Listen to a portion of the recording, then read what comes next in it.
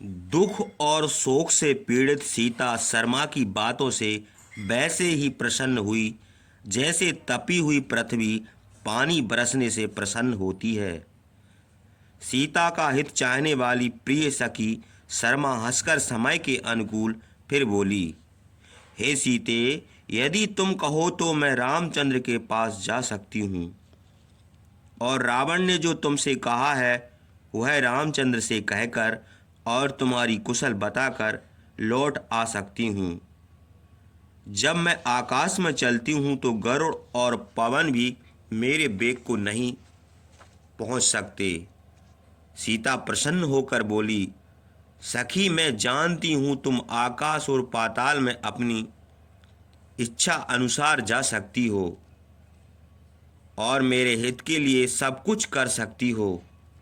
यदि तुम मेरा प्रिय करना चाहती हो तो सावधानी से रावण के पास चली जाओ और यह मालूम कर आओ कि मेरे विषय में वह क्या करना चाहता है।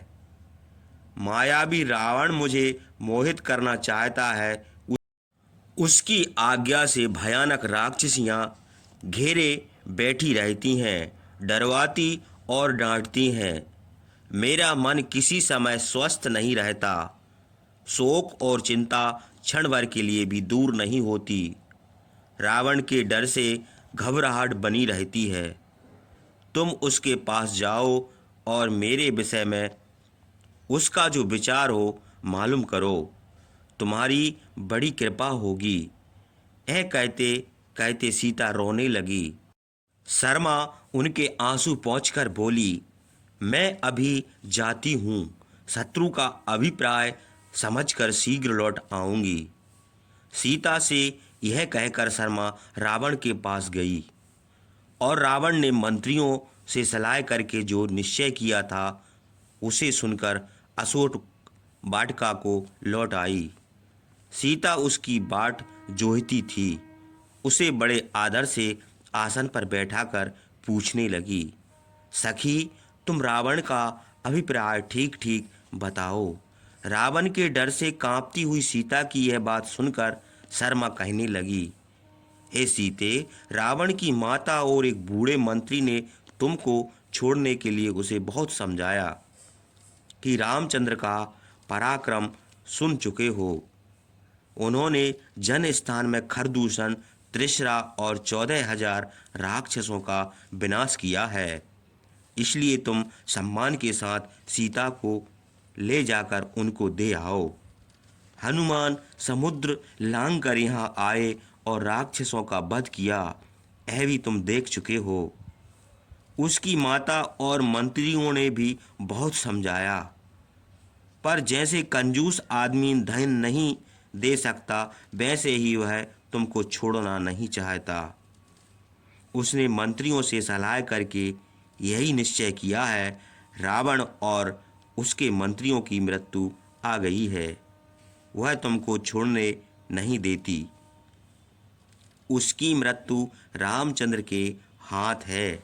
यदि तुमको छोड़ दे तो वह सब राक्षसों के साथ युद्ध में कैसा मारा जाए।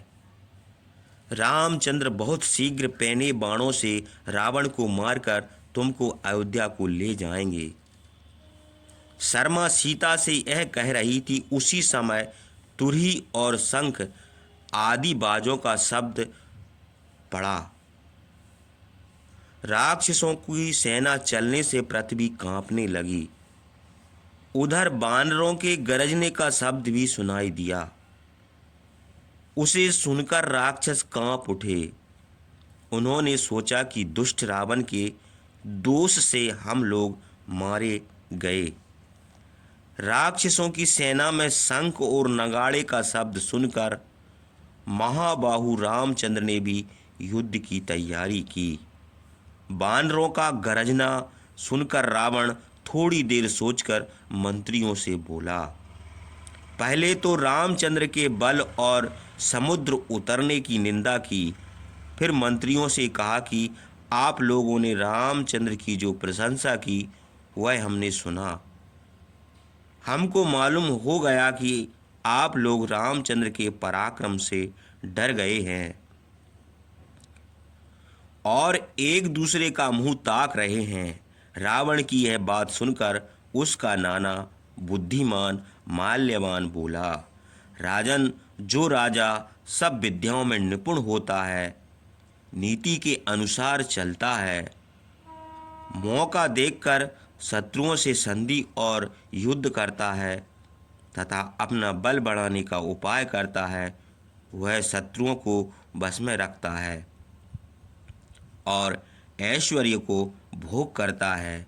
जो राजा शत्रु से निर्बल हो अथवा शत्रु के बराबर हो, उसे संधि कर लेना चाहिए, और शत्रु से बलवान हो तो युद्ध करना चाहिए।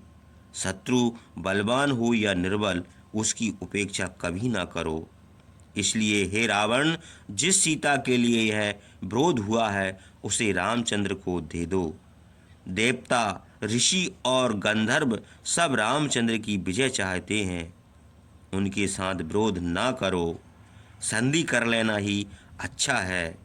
भगवान ब्रह्मा ने देवता, दानव और धर्म अधर्म दो पक्ष बनाए हैं। धर्म पक्ष देवताओं को और अधर्म दानवों तथा राक्षसों का है।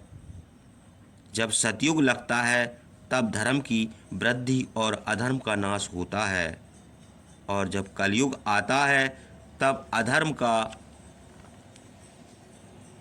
वृद्धि और धर्म का लोप होता है। तुमने धर्म का नाश कर दिया और अधर्म को स्वीकार कर लिया, इसी से हमारे शत्रु बलवान हो गए।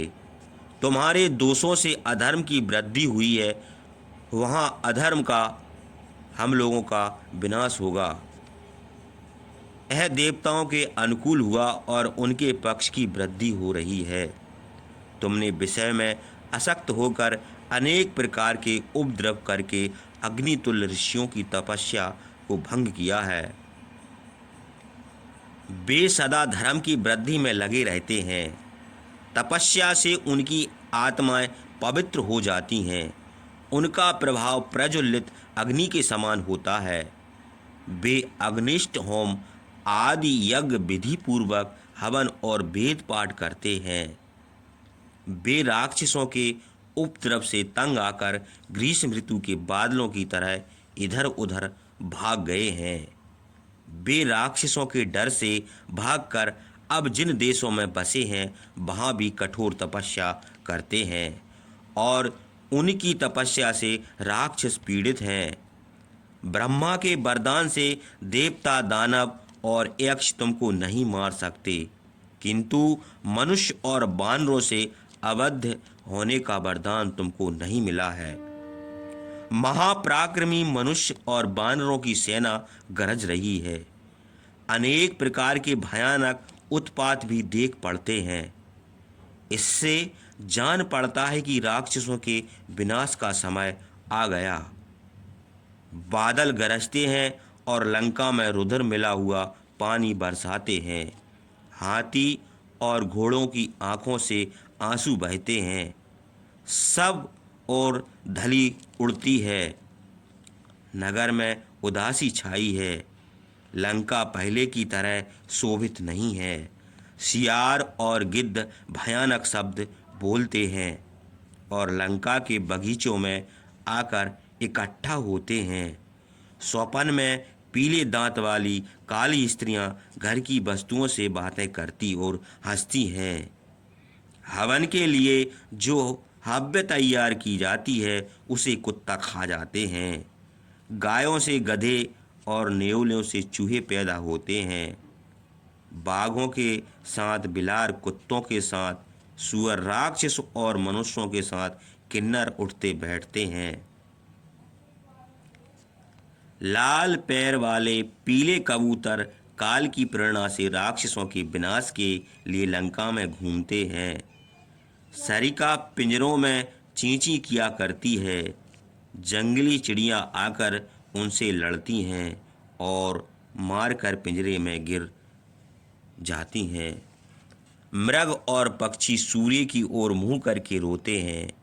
एक काले रंग का भयानक पुरुष मूड़ मुड़ाए प्रतिदिन सुबह शाम राक्षसों के घेरों में घूमता है और सबको दिखाई देता है। इसी प्रकार के और भी बहुत असगुन देख पड़ते हैं। हम लोग महापराक्रमी रामचंद्र को मनुष्य का रूप धारण किए साक्षात विष्णु मानते हैं। वे साधारण मनुष्य नहीं हैं। उन्होंने समुद्र में सेतु बांध दिया, वह बड़ा अद्भुत काम है। राजन, तुम महाराज रामचंद्र से संधि कर लो। उनके कठिन कामों पर ध्यान देकर ऐसा काम करो जिससे भविष्य में कल्याण हो। राक्षसों में श्रेष्ठ महाबली माल्यवान यह कहकर रावण की ओर देखने लगा और उसके मन का भाव समझकर चुप हो गया।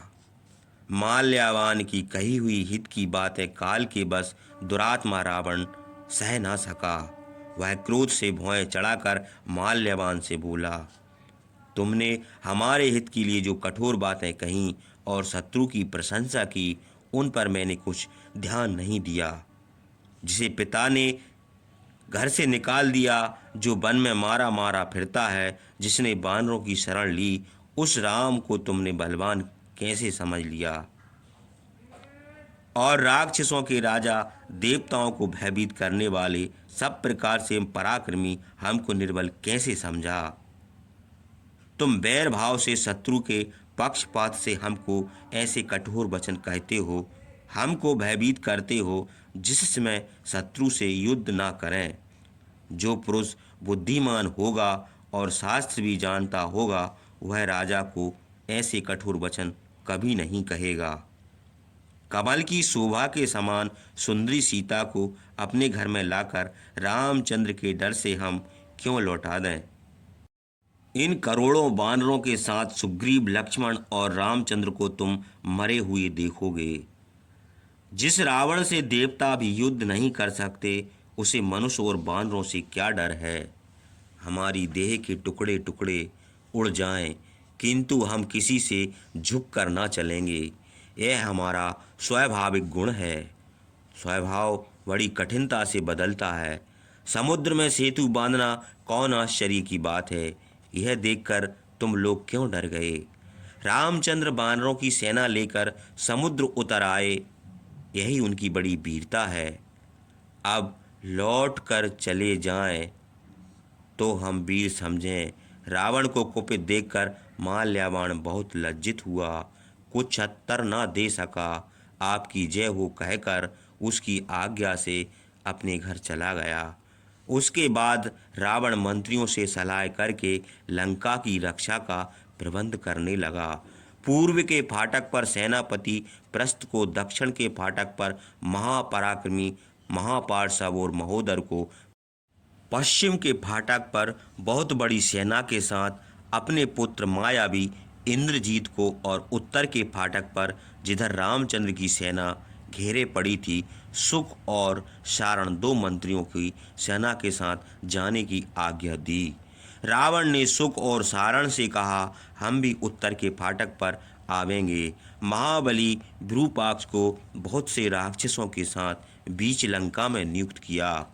इस प्रकार लंका की रक्षा का प्रबंध करके राक्षस राज रावण ने अपने को कृत समझा, क्योंकि वह काल के बस था, इसलिए उसे किसी का भय नहीं था। मंत्रियों को नगर की रक्षा के लिए सावधान करने की आज्ञा देकर विदा किया और वह भी अपने घर को चला गया। जय श्री राम। जय जय जय श्री राम।